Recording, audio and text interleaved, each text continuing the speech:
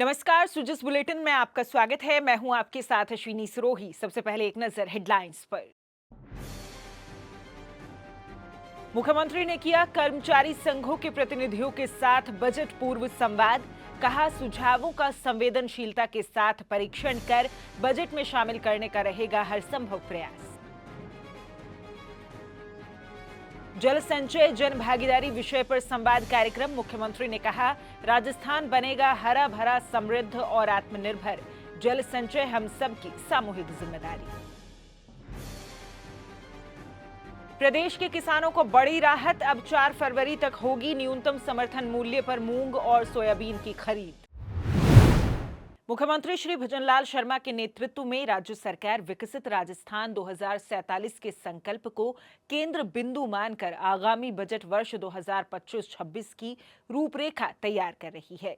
इसी दिशा में आम नागरिक, युवा, महिला, किसान, श्रमिक, उद्यमी, गैर सरकारी संगठनों सहित विभिन्न वर्गों की भागीदारी सुनिश्चित करने के उद्देश्य से आगामी बजट पर सुझाव लिए जा रहे हैं। इसी कड़ी में मुख्यमंत्री श्री भजनलाल शर्मा आज से 22 जनवरी तक विभिन्न हितधारकों के साथ आयोजित होने वाली बजट पूर्व बैठकों में चर्चा कर रहे हैं।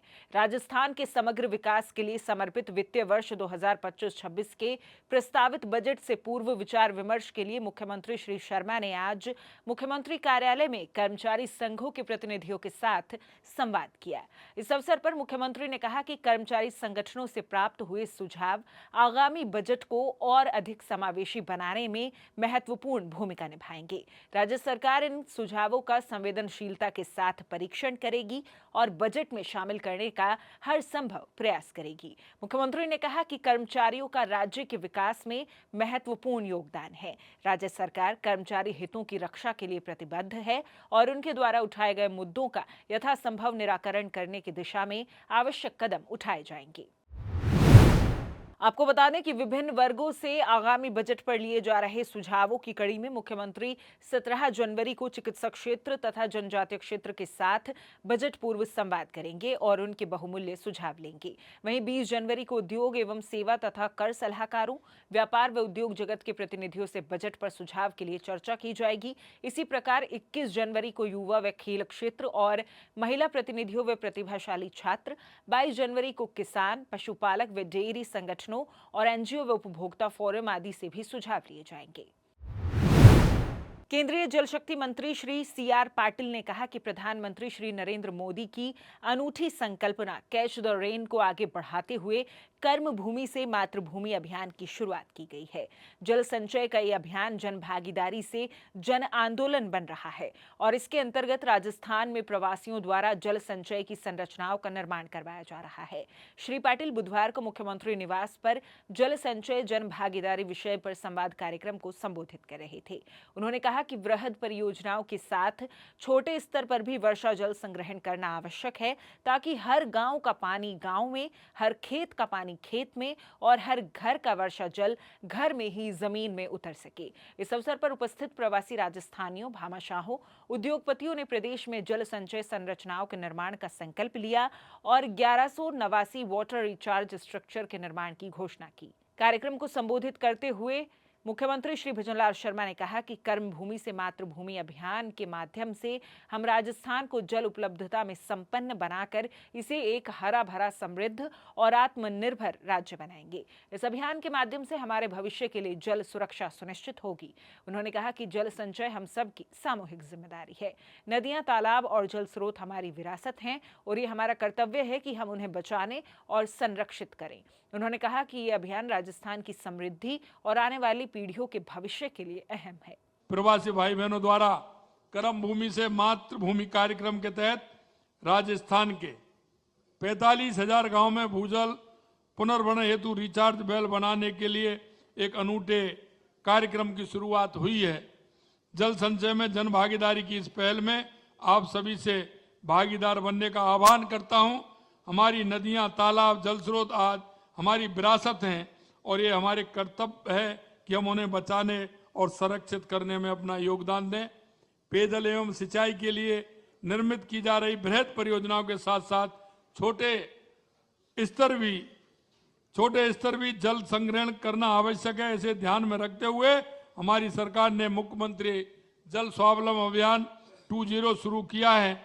इसके तहत भी 20,000 गांव में 5 लाख वाटर हार्वेस्टिंग स्ट्रक्चर का काम जो हाथ में लिया है, उनको भी उनके साथ में हम पूरा करेंगे।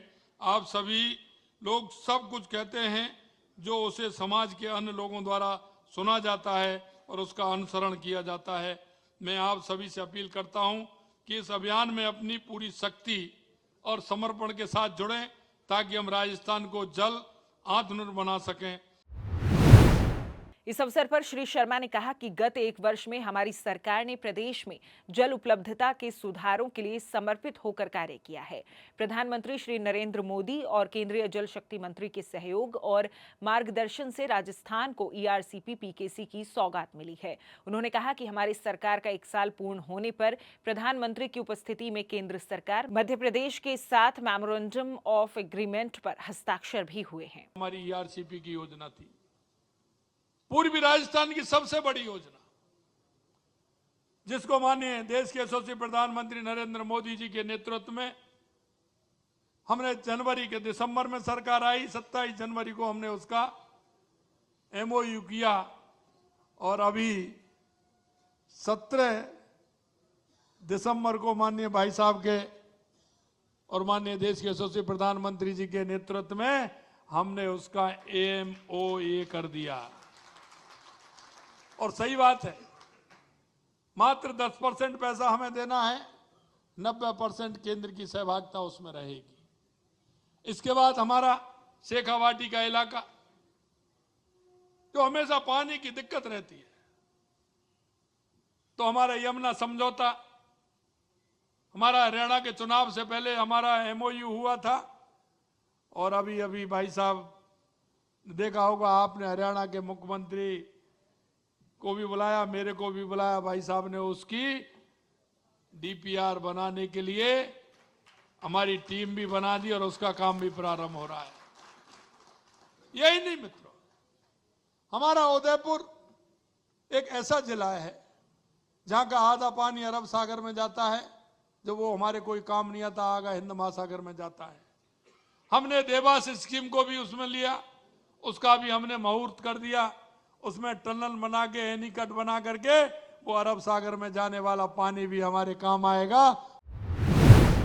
उप मुख्यमंत्री एवं परिवहन मंत्री डॉक्टर प्रेमचंद बैरवा ने बुधवार को जयपुर स्थित परिवहन भवन से क्षेत्रीय परिवहन कार्यालय प्रथम के सड़क सुरक्षा जागरूकता रथ को हरी झंडी दिखाकर रवाना किया। परिवहन मंत्री ने बताया कि ये जागरूकता रथ न केवल शहर के विभिन्न क्षेत्रों में सड़क सुरक्षा का संदेश प्रसारित करेगा, बल्कि विभिन्न विद्यालयों और महाविद्यालयों में भी जाकर छात्र छात्राओं को जागरूक करेगा। उन्होंने बताया कि इस अभियान के अंतर्गत सड़क सुरक्षा नियमों की जानकारी के साथ साथ CPR और अन्य आपातकालीन चिकित्सा सहायता के विषय में भी विस्तृत जानकारी प्रदान की जाएगी। प्रदेश में खरीफ सीजन 2024-25 में समर्थन मूल्य पर की जा रही मूंग और सोयाबीन की खरीद की अवधि को 4 फरवरी तक बढ़ा दिया गया है। मुख्यमंत्री श्री विजयलाल शर्मा ने प्रदेश के किसानों की मूंग के समर्थन मूल्य पर बेचान में आ रही परेशानी को देखते हुए केंद्रीय कृषि एवं किसान कल्याण मंत्रालय को पत्र लिखकर खरीद अवधि को बढ़ाने के लिए लिखा था। सहकारिता राज्य मंत्री श्री गौतम कुमार दक ने बताया कि जिन किसानों ने मूंग और सोयाबीन के न्यूनतम समर्थन मूल्य पर अपनी उपज के बेचान के लिए पहले से पंजीकरण करवा लिया है, वे अब निर्धारित तुलाई केंद्र पर 4 फरवरी तक अपनी उपज की तुलाई करवा सकेंगे। उन्होंने कहा कि अब तक 86,488 किसानों द्वारा मूंग के लिए पंजीकरण करवाया गया था और उनमें से 70,619 किसानों ने 1.42 लाख मीट्रिक टन मूंग की खरीद की जा चुकी है और सोयाबीन के लिए 42,956 किसानों ने पंजीकरण करवाया है और 26,328 किसानों से 68,747 मीट्रिक टन सोयाबीन की खरीद की जा चुकी है। उन्होंने बताया कि मूंगफली की खरीद पूर्व निर्धारित दिनांक 15 फरवरी तक जारी रहेगी। उन्होंने कहा कि प्रदेश में वर्तमान में वर्षा और आंधी का मौसम बना हुआ है, इसलिए खरीदे गए जींस की सुरक्षा और भंडारण के लिए आवश्यक व्यवस्था करने के निर्देश जारी कर दिए गए हैं। उन्होंने कहा कि तुलाई केंद्रों पर किसानों को कोई परेशानी ना हो, इसके लिए भी सभी प्रभारियों को निर्देशित किया गया है। सुजिस बुलेटिन में फिलहाल के लिए इतना ही, फिर होगी आपसे मुलाकात, तब तक के लिए नमस्कार।